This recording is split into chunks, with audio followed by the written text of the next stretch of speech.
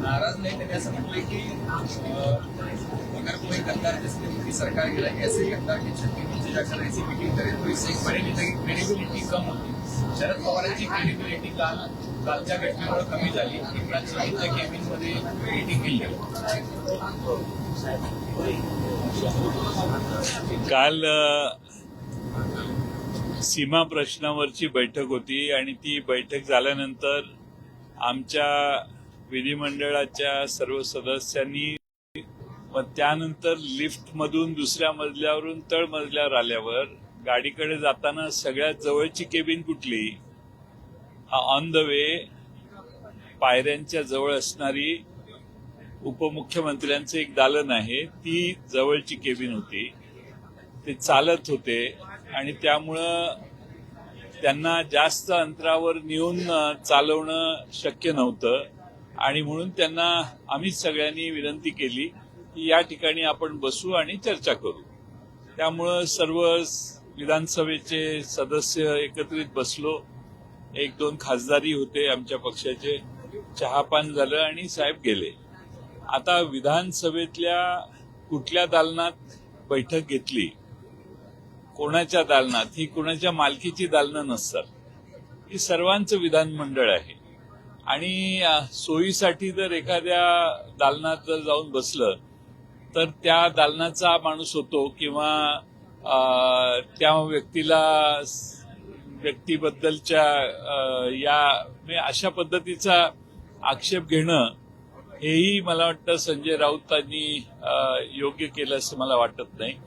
क्रेडिबिलिटीचा शरद पवार साहेबांना देशातल्या सर्व पक्षाचे सगळेच लोक त्यांच्याशी बोलत असतात, येत असतात, भेटत असतात आणि त्यामुळं याच्यात मला वाटत नाही की क्रेडिबिलिटीचा इश्यू आहे. त्यांनी ज्याच्यावर आक्षेप घेतलाय आणि संजय राऊत साहेबांना काय सगळ्यांनाच माहिती आहे की इथलं प्रत्येक दालन हे सर्वांचंच आहे. शेवटी त्या दालनावर त्या मंत्री महोदयांची पाटी असली तरी सोयीनुसार ते दालन वापरण्यात आलं. त्याच्या बाबतीत आक्षेप घेणं हे योग्य आहे असं मला वाटत नाही. पवार साहेबांची प्रकृती लक्षात घेता त्यांना चालण्याचं अंतर कमी करण्यासाठी आणि त्याच्या पलीकडे लगेच पुढं पायऱ्या असल्यामुळे तिथून पुढं उतरून गाडी तिथं मागच्या बाजूला आणण्यात आलेली होती. तिकडं जाणं हे सोयीचं होतं आणि त्यासाठी त्या दालनाचा वापर करण्यात आला. नियमांचं पालन केलं नाही जर आम्ही जाऊन अजित पवारांच्या दालनामध्ये बैठक घेतली तर असं होईल की आम्ही एफडीएच्या विरोधात गेलो. त्यांना असं सुचवायचं की तुम्ही एफडीएच्या विरोधातच जवळपास जाऊन ही बैठक घेतली.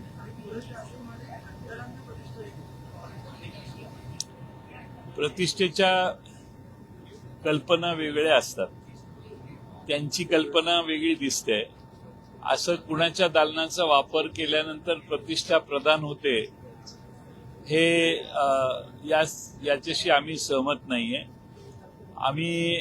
मी स्वतः विधानमंडळात इथं असताना मी बऱ्याच आमदारांना आम्हाला काही केबिन नाहीये, विरोधी पक्षाचा नेता म्हणून जागाही नाहीये आमच्या कुणाकडं विरोधी पक्षाकडं. त्यामुळं काही मंत्र्यांची दालनं आम्ही वापरतो. याचा अर्थ त्या मंत्र्यांना आम्ही मान्यता दिली असं होत नाही.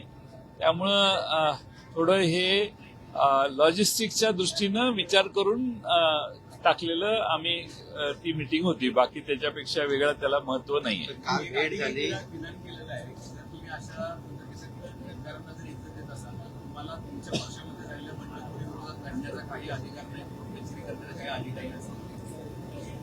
असं आहे की संजय राऊत यांच्याबद्दल, ते माझे मित्र आहेत, त्यांच्याबद्दल माझे संबंध फार चांगले आहेत. पण ते चिडलेले दिसत आहेत याच्यात. पण माझी त्यांनाही विनंती आपल्या मार्फत आहे की असे कोणताही गैरसमज करण्याची आवश्यकता नाहीये. आणि तसे सगळीच लोक सगळ्यांना भेटत असतात अलीकडे कुणाला भेटलं याच्यावर बातम्या फार व्हायला लागलेल्या आहेत. हे मात्र तेवढंच खरं झालेलं आहे. पृथ्वीराज चव्हाण असं म्हणते की तुमच्या पक्षातले 5 ते 6 खासदार हे अस्वस्थ आहेत की ते कधीही जातील, अशा पद्धतीचं त्यांनी विधान केलं. कुणी कुठं जाणार नाही. आमचे 8 खासदार एक जिन्सी आहेत, 10 आमदार एकसंघ आहेत. कुणी कुठं जाणार नाही. आणि मला हे कळत नाही की वारंवार असे प्रेडिक्शन्स करणे योग्य दुसऱ्या पक्षाबद्दल नाही. मग उद्या काँग्रेसचे विधानसभेच्या आमदारांच्या बाबतीत मी प्रेडिक्शन असं करायला लागलो तर कसं दिसतं.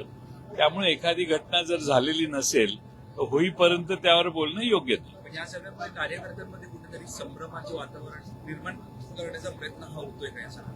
कार्यकर्त्यांना संभ्रमात टाकण्याचं कार्यकर्त्यांनी पडण्याचं कोणतं कारण नाही. सगळे शरद पवार साहेबांच्या निष्ठा ठेवून या पक्षात काम करतायत. आणि पवार साहेब आल्यावर कालच आपण बघितलं सगळेच सदस्य एकत्रितपणाने साहेबांना भेटले. त्यामुळे पवार साहेबांच्यामुळं आम्ही सगळे निवडून आलेलो आहोत आणि पवार साहेबांचा पाठिंबा आम्हाला आहे. हे आमची समाजातली महाराष्ट्रातली सगळ्यात पॉझिटिव्ह गोष्ट आहे आणि त्यामुळे त्यांना सोडण्याचा प्रश्न उद्भवत नाही.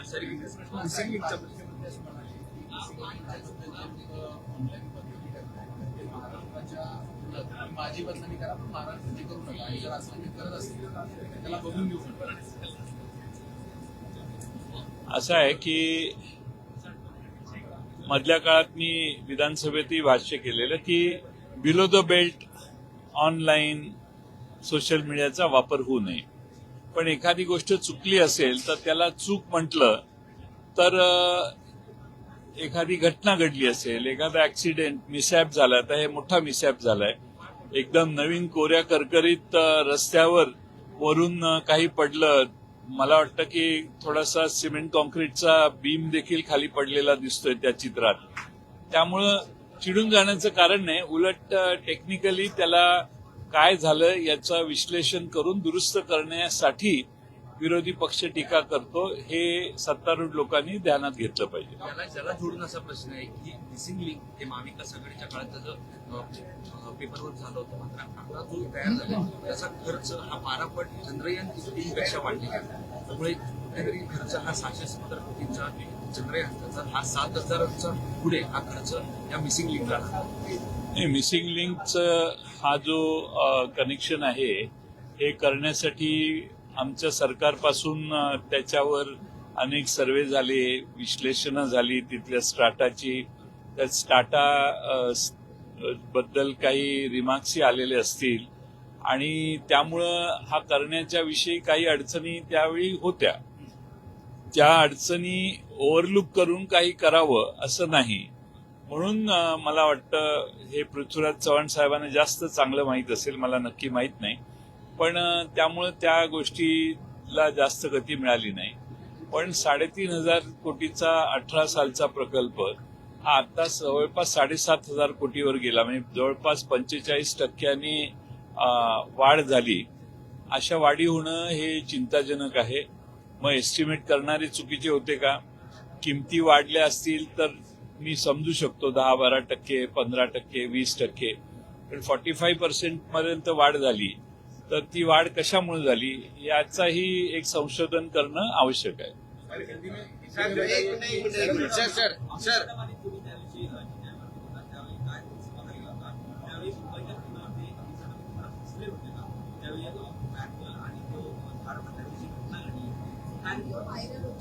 हा जुना विषय झाला. नवीन काही प्रश्न असतील तर विचार. आज राज ठाकरेंनी पण टीका केली त्यांच्यावर. काय? आज राज ठाकरे म्हणतात की हा संवेदनशील भाजपचे नेते असतात, लोक मरतात ते असतात. ते तुमच्या कॅमेऱ्यात आलं ना.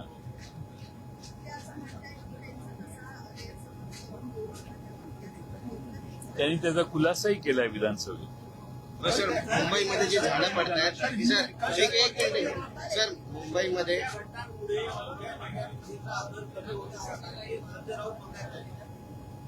असं आहे की अशा घटना वेगवेगळ्या ठिकाणी वेगळे लोक भेटणं. आता शेवटी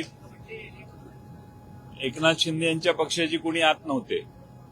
पण पवार साहेब त्या केबिनमध्ये आलेत म्हटल्यावर ते स्वतः येऊन त्यांना चहा पाणी घ्या वगैरे सांगून ते निघून गेले.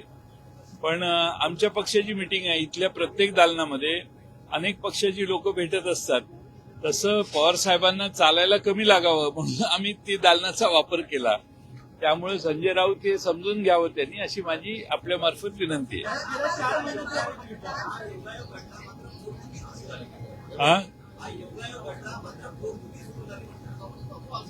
खरं म्हणजे त्यांनी समजून घ्यावं अशी आमची विनंती आहे.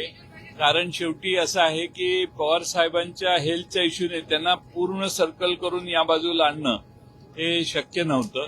त्यामुळे तिथली फर्स्ट केबिन जी आहे ती त्यांची आहे म्हणून त्याचा वापर केला. नाहीतर दुसरी इकडच्या बाजूला जर पवार साहेबांना आणायचं होतं तर इकडची फर्स्ट केबिन मुख्यमंत्र्यांची होती.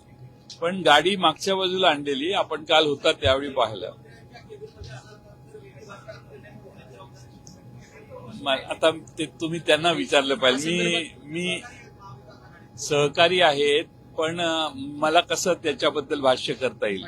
ज्या पद्धतीने तेच म्हणाले सहकारी आहे. संजय राऊतने एक आपत्ति जताई है कि गद्दार के चंगे नीचे जाना एक तरीके से शरद पवार की क्रेडिबिलिटी को हानि पहुंचाता है, कम करता है.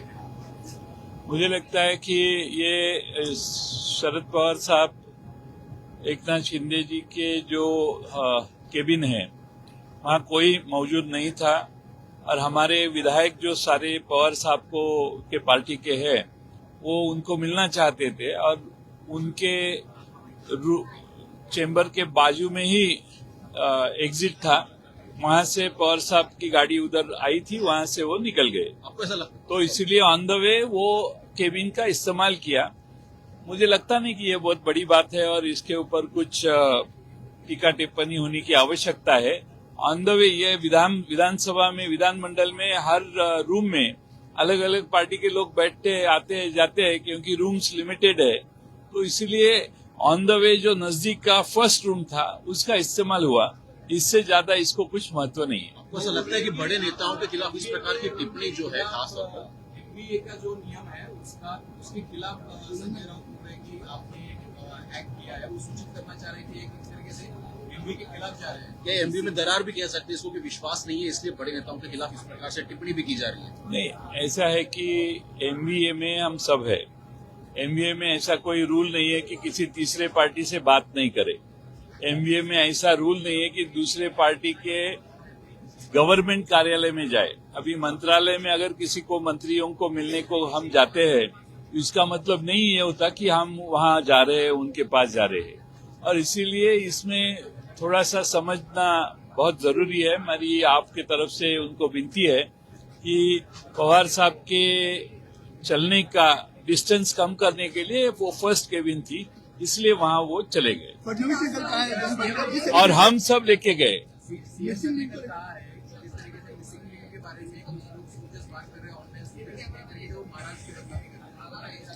नहीं, मैंने भी इसके पहले कहा था कि social media pay below the belt comments होना ठीक नहीं है. अब मिसिंग लिंक पे अगर कोई टीका टिप्पणी करे और टेक्निकल यानी इतने 2018-19 से ये काम चल रहा है, इसकी पहले कीमत 3,500 थी, अभी उसकी कीमत मेरे ख्याल से 7,000 करोड़ के ऊपर गई. इतना बड़ा खर्चा करने के बावजूद भी ऊपर से कुछ गिर रहा है तो उसको एड्रेस क्यों किया गया नहीं, ये सबसे बड़ा महत्व का प्रश्न है. और इसलिए लोग आज टीका टिप्पणी करते हैं, लोग क्रिटिसाइज करते हैं. मुझे लगता है कि इसको रिप्लाई देने के लिए टेक्निकली क्या हुआ और ये न होने के लिए आगे जाके क्या हम कर रहे हैं ये बताने की ज्यादा आवश्यकता है. ऐसा मुझे नहीं लगता क्योंकि ये तो सब लोगों का अभी इतने मिसहैप्स हुए कि लोगों की भावना बहुत गंभीर है और बहुत लोग भी असंतुष्ट है. प्रताप सरनाईक यांनी नुकतीच एक प्रतिक्रिया दिली. त्यांनी असं म्हटलं की आपण एकनाथ शिंदेना भेटायला गेलेला होता. आपण एकनाथ शिंदेना भेटायला गेलेला होता प्रताप सरनाईक म्हटले. आणि त्याच वेळी तुम्हाला त्यांनी शिवसेनेत येण्यासंदर्भातली ऑफर दिली, मंत्रिपदाची एक ऑफर दिलेली आहे असं त्यांनी स्वतः खुलासा माध्यमांसमोर केलेला आहे. तर खरं आहे का? आणि कधी केली? आता 2 मिनिटापूर्वी प्रताप सरनाईकांनी आपल्यासोबत तटकरे साहेब काय केले होते असं काय देखील ते चाललंय म्हणाले. मला हे कळत नाही. तटकरे साहेब त्यांना भेटायला गेले. माझं एक काम पुणे महानगरपालिकेच्या संदर्भातलं होतं. नगरविकास मंत्री ते आहेत म्हणून मी त्यांना भेटून त्यांना निवेदनं दिली आणि त्यानंतर मी बाहेर आलो. याच्यात कोणतीही चर्चा झाली नाही आणि अशी कोणतीही गोष्ट झाली नाही. मला हे कळत नाही आता अजून कुठला पक्ष राहिलाय का आम्हाला बोलवायचा? नाही, ते म्हणाले की आम्ही जयंत पाटलांना बोलवलं आणि ते म्हटले जयंत पाटलांना आम्ही बोलवलं पण आहे आणि आमच्याकडे जागा आहे असं अधोरेखित करून सांगितलं देखील आहे. नाही, एवढी तपशिलात त्यांनी माझ्याशी चर्चा नाही केली. सर सध्या अधिवेशनामध्ये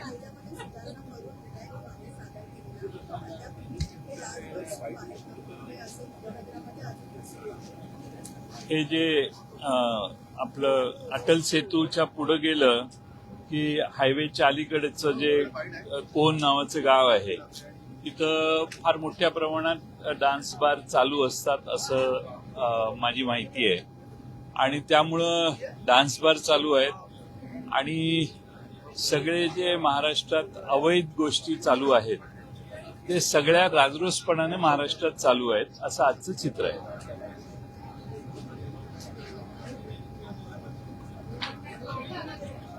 नियम घालून दिलेले आहेत. अंतर किती असावं, कंपाऊंड असावं असं बऱ्याच गोष्टी त्यात आहेत. पण हे नियम सगळे कागदावरच असतात. ऍक्च्युली काय प्रकार होतात हे आपण जाऊन बघितलं तर आपल्याला लक्षात येईल. आपल्या अधिवेशनामध्ये बरीचशी चर्चा आहे आणि तुमच्या नावाची पण चर्चा आहे की बरेच बदल होणार आहे आणि तुम्ही भावी अर्थमंत्री आहात अशा पद्धतीने पण चर्चा होते. ऑफ द रेकॉर्ड तुम्ही मुख्यमंत्री कधीपासून झाला? मुख्यमंत्र्यांचा अधिकार आहे कुणाला काय करायचं. असं आहे की मला अशी चर्चा होणंच योग्य नाही. आता मध्ये विनोद तावडे साहेबांची माझी जॉईंट पार्लमेंटरी कमिटीमध्ये ओबेरॉयमध्ये वर बैठक होती. मी सुप्रियाताईंना भेटायला गेलो त्यावेळी ते बाहेर बसलेले. त्यांच्याबरोबर चहा घेतला.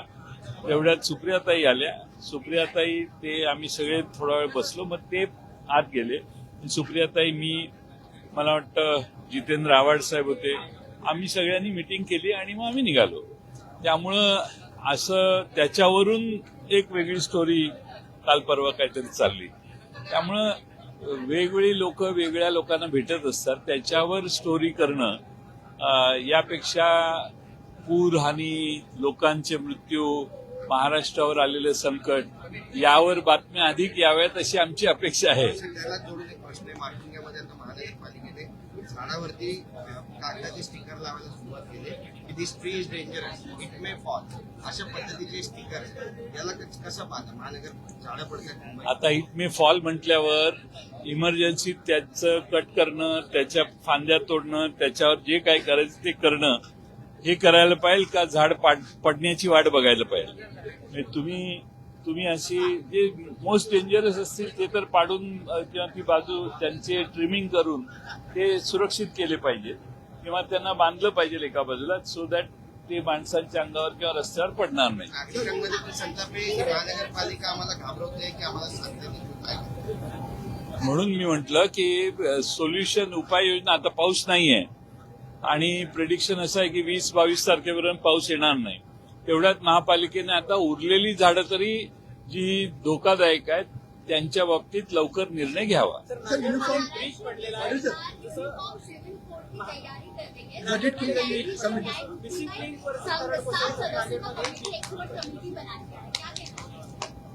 मुझे मालूम नहीं है लेकिन मैं आज सुबह ही पढ़ा ये आपने जो कहा वो. हम इसके ऊपर जरा अभ्यास करके उसके बारे में हमारा ओपिनियन तयार करेंगे. सर, नांदेडमध्ये ब्रिज कोसळला. मिसिंग लिंकचं प्रकरण ताजं असताना नांदेडमध्ये ब्रिज कोसळ असेल. तो किती जुना होता? नवीन बांधलेला आता त्याच्यावर सध्याच्या बांधकाम ज्यांनी केलं त्यांची चौकशी झाली पाहिजे, क्वालिटीची चौकशी झाली पाहिजे. आमचा हाच आक्षेप आहे. मगाशी मी सांगितलं की दर्जा अत्यंत सुमार दर्जाच्या कॉन्ट्रॅक्टरकडून कामं करून घेतल्यामुळं आणि त्यात परत प्रचंड अपहार झाल्यामुळं फार मोठ्या प्रमाणात अतिशय कमी दर्जाची रस्ते आणि पुलं व्हायला लागले.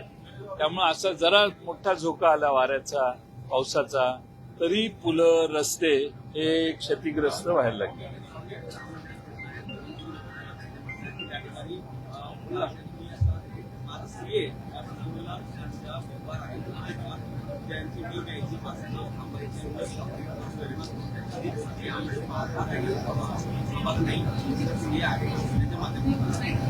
नाही, एक आहे की राम मंदिरात चोरी झाली का तर ते सगळेच मान्य करतात. आता भारतातल्या आणि जगातल्या कोट्यावधी भाविकांनी त्या ठिकाणी जाऊन दानपेटीचे टाकलं ते जर रामालाच मिळालं नसेल आणि ते लंपास करण्याचं काम झालं असेल तर आज एसआयटी आहे. आम्हाला अपेक्षा आहे की एसआयटीने पारदर्शक कारभार काम करावं. एसआयटीने त्यातल्या बड्या धेंडांना वाचवण्याचं काम जर एसआयटीने केलं तर मात्र एसआयटीच्या कामाबद्दल प्रश्नचिन्ह तयार होईल. अतिशय गंभीर घटना आहे.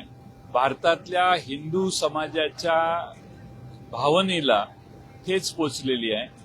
आज कोट्यावधी भाविक जे रामाला मानतात त्यांना लक्षात आलेलं आहे की हे काही बरोबर झालेलं नाही आणि त्यामुळं एसआयटीने तरी चांगलं काम करावं अशी आमची अपेक्षा आहे. मंत्रालयात जवळपास शेकडो कर्मचारी जे आहेत त्यांना दूषित पाण्याचा फटका बसल्याचं पाहिलं. महाराष्ट्राचं पॉवर सेंटर असलेलं मंत्रालय आणि तिथं दूषित पाणी असेल. मागच्या आठवड्यात काहीतरी 2 आठवड्यापूर्वी टाकीमध्ये मला वाटतं कुत्रा किंवा मांजर काहीतरी पडलेलं असं मी ऐकलं. मला नक्की माहित नाही.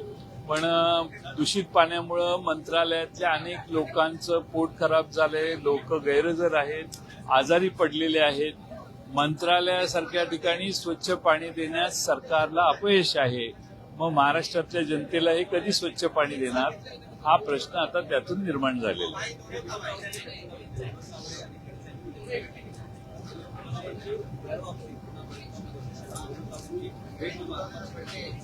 अशा भेटी होतच असतात. भेटलं की वापसी, भेटलं की गेले, भेटलं की आले, असं एवढ्या स्तरावर पत्रकारिता जाऊ नये अशी आमची अपेक्षा आहे.